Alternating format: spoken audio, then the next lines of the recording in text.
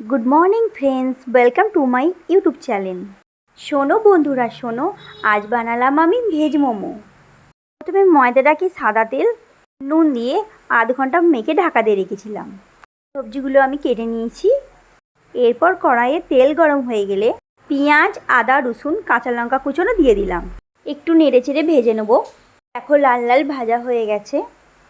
এখন আমি বাঁধাকপি কুচোনোগুলো দিয়ে দেব। পরিমাণ মতো নুন দেব। আর মোমো করলে গোলমরিচের গুঁড়োটা অবশ্যই দরকার। পরিমাণ মতো গোলমরিচের গুঁড়ো দিয়ে দিলাম। আমার তো ঝাল খেতে খুব ভালো লাগে, তাই একটু আমি বেশিই দিই।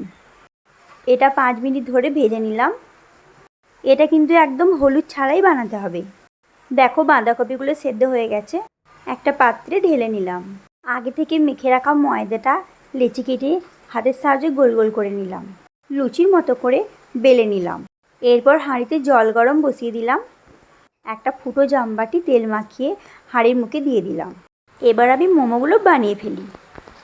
এইভাবে পেট ভরা পুর দিয়ে মোমো বানাতে হবে, তবেই খেতে ভালো লাগবে।